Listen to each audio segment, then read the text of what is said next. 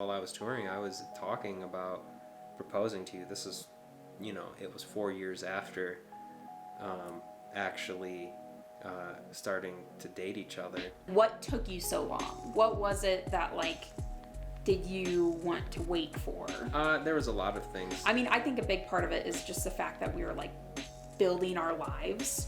We were building independently and together? Well, yeah, we were building our lives, but also we were both pretty young. You especially. Mm-hmm. I mean, I was ready to marry you the first year, but you weren't even old enough to drink in a bar at that point. How could I add that type of pressure to your life of getting married and making such a massive commitment like that so early on? I don't think that's a recipe for success to do that. So that was probably the biggest factor, was how young we were. Mm-hmm. It just wasn't the time for me to make that type of commitment. With me, marriage is all about having kids. That's how I see marriage. It's a commitment to each other, but more so a commitment to family. And I wasn't ready for kids at that point. We took our time. I took my time. And I'm completely okay with, how that was. I definitely was ready. That first year, I'm let's do it, When you get married, you kind of feel like, at least for me, it's you're almost thrown into, okay, well now you have babies and now you have this. And I'm glad that we kind of got to build our life before worrying about even a wedding, I'm glad you waited. Yeah, so I was out on tour, and it became very much apparent to myself that it was time, and I had started to make plans with it. I even had it lined up so that at the end of the tour I would be flown back to Kansas so that I could ask your dad to marry you. And while I was on that tour, it just so happened to be that the world kind of took a pause took a long pause for a while. And I wasn't able to fly anywhere. I mean, well, you were gonna have me fly up to California, weren't you, or something? Yeah, so that was your big plan. My idea was to go to where I think we both actually fell in love, which was on Dillon Beach. Mm-hmm. And I was gonna propose to you there. I had it all planned out in my head that was the place to do it, and things just changed. And then finally it just came to a point where if I wouldn't have had done it last year, I don't think I would have been able to do it this year. It would have really messed up plans. It came to a point where I think it was it was in September. We had a trip in September where we went to Kansas first, then we went to Michigan, and then we came back to Kansas. Oh, okay, because we had to stop there for a few nights before we... Yeah. I think we did it all, yeah. We stopped there so we didn't have to drive straight through to Michigan. It's a terrible drive. Yeah. And the first time we were in Kansas, I thought about asking your dad then. It started to hit me, but then when I was in Michigan is when I talked it over with my dad. And it hit me there that, okay, I need to do this now. Everybody's sort of waiting on this. I didn't really realize how much expectation it was, but after years of people being like, so when you gonna get engaged? Yeah, well, I really waited for people to stop with that type of talk. It took a while for people to sort of calm down, and maybe they just accepted that we would be boyfriend and girlfriend forever. But then I felt comfortable that I could make the decision on my own. And I did. And then I talked to your dad about it, and he was stoked, which made me stoked. And let us never forget about the dowry that I received from your dad, which was a truck. Yeah. He came back in. He was pacing around really excited, and then leaves the room for a minute, and then he comes back and he's like, hey, if you want the red truck, it's yours. I'm like, what? Well, of course I'll take the truck. yeah, it doesn't matter what condition it's in. You're giving it to me, in my opinion, because I just asked to marry Kelsey. So, yeah, I'm gonna keep it forever now. Yeah, that was kind of comical. I didn't know what was going on because like that at that point, you know, He said he didn't do it because I asked to marry you, but it happened right after. So, but no, when I was like kind of annoyed, I was like, really, like, Justin, you're gonna take this truck? It's just an old work truck. Yes, it's worth something, but like it's gonna need a lot of work. And I was just kind of annoyed because now I have to drive back alone because he's driving the truck. And yeah, it was just like, okay, whatever. You didn't understand. Like, I did not understand what the value of the truck was to me. I get it. Tell you, but yeah, it's special now. Yeah, it is. Yeah, and then the only question from there was, where do I do this? And I knew that going to California would be irresponsible, especially to propose. Just wasn't really an option. You know, like if he would have brought it up, I'd be like, oh, that's cool and all. It just wouldn't have made sense. It also would have probably given it away. Yeah, definitely. So I just threw it together in a day of, you know, I had an idea of where to go. We had, when we first started dating, we went into the mountains early in our relationship, and we carved our name into a tree. And it was another romantic setting. And we had visited that tree quite a few times. Like almost like yearly. Yeah, it was just a thing that we did because we wanted to see the aspen trees.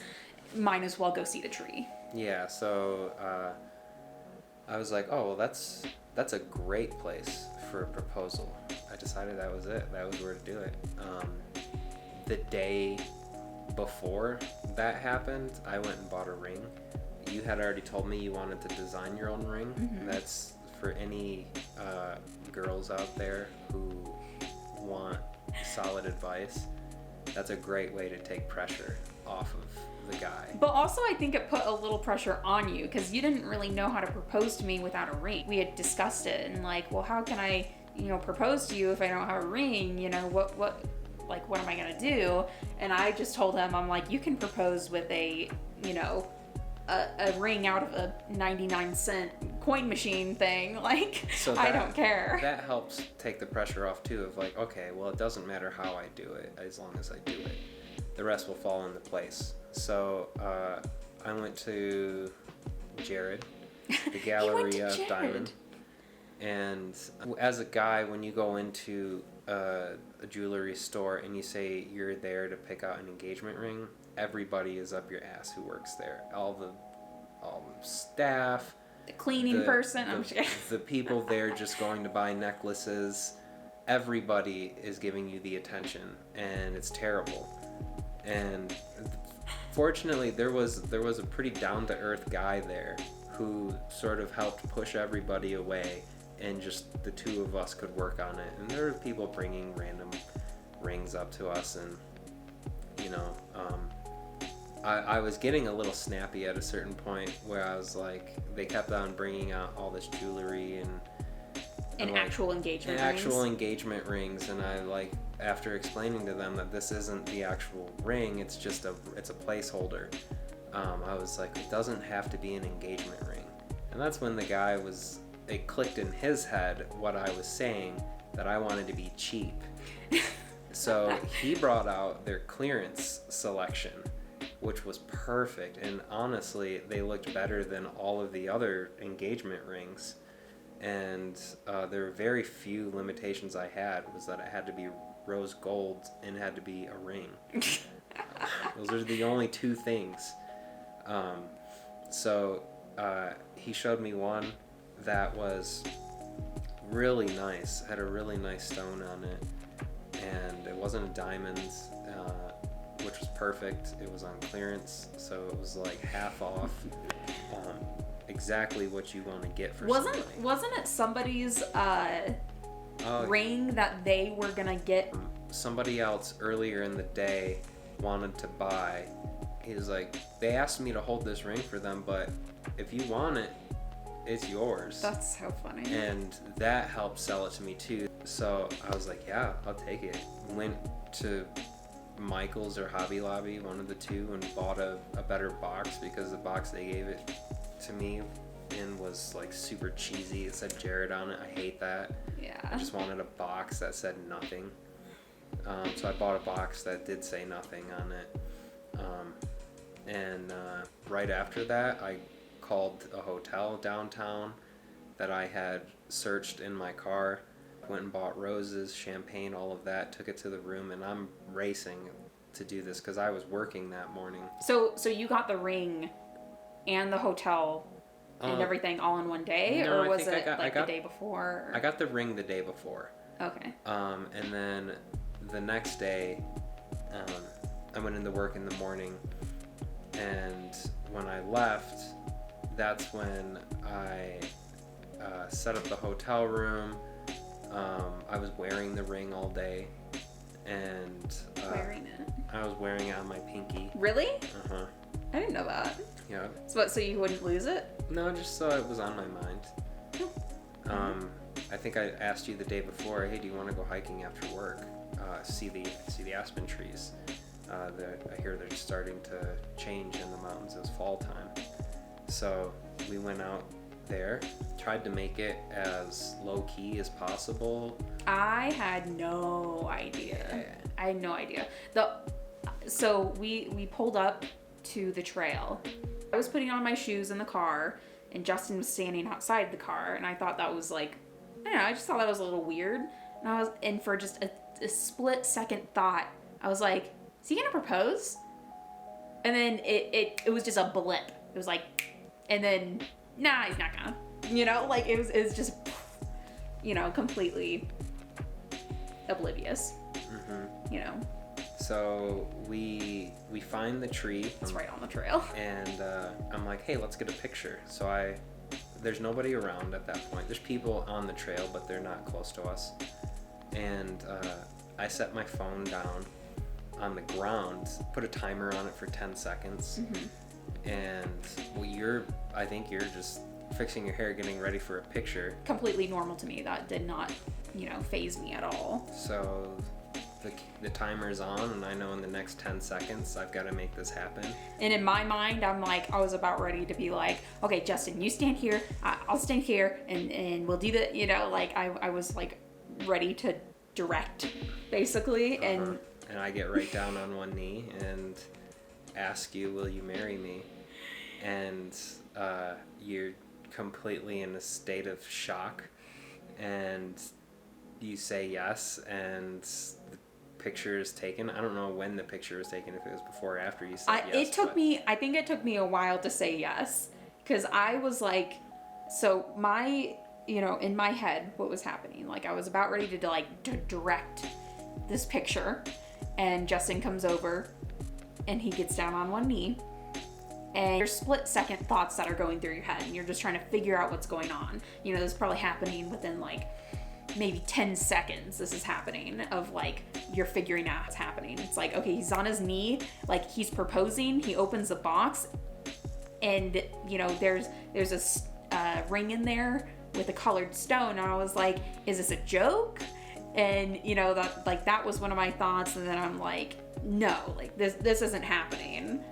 I'm like, wait, like what is going on? Like I was just ultimately just really trying to figure out like what was happening in this 10-second time span.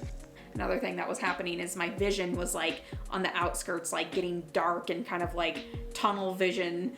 It was happening. I was just like, I really was like in shock of what was going on. But once I realized what was happening, I think I said yes. I think I said what a lot. What is happening? I'm pretty sure I said that. I honestly don't remember. I don't remember what he said. I don't remember what I said. I was just in like shock. What do you remember from that? It's such a scary time. The same. I mean, very much in shock. You said yes, and there was a lot of whats afterwards once I put the ring on your finger. Maybe that's what it was. You couldn't stop looking at it. Some people walked by, and I handed them my phone. told them the deal. We just got engaged. One girl started bawling. You were crying. I was definitely crying. I was tearing up. I think from the second that I realized what was happening, I was crying. When I first put on the ring, I put it on my wrong finger. I put it on this hand and not this hand. I just thought it was really funny because all of my first pictures with the ring is on this hand, and I'm like, it's like completely wrong. And after that, we basically, just walked around the woods and, kind of similar to when you asked me to be your girlfriend, like we just kind of walked around and, talking about like, what this means and what our future holds and, how are we going to get to the point, what do we need to do now to get to the point where, we want to start a family. We walked around the woods for, I don't know, maybe like 30 minutes or so. Just kind of like discussing everything and talking it through, and which was really nice. It was nice to just have that like moment to ourselves to kind of like take it in and enjoy it and really like feel what was happening. And so after that, we started calling family. Yeah, we were calling them on the way back. It was like an hour and a half drive. Yeah. I had to call everybody, and then I had to make a Facebook post and, all that stuff. But back to Denver, got a small bag. The hotel was like I don't even know, was it like a 1920s hotel?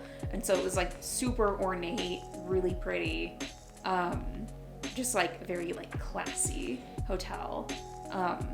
Yeah, we, went to the room. There was the petals to the bed, and there's champagne. It was really pretty.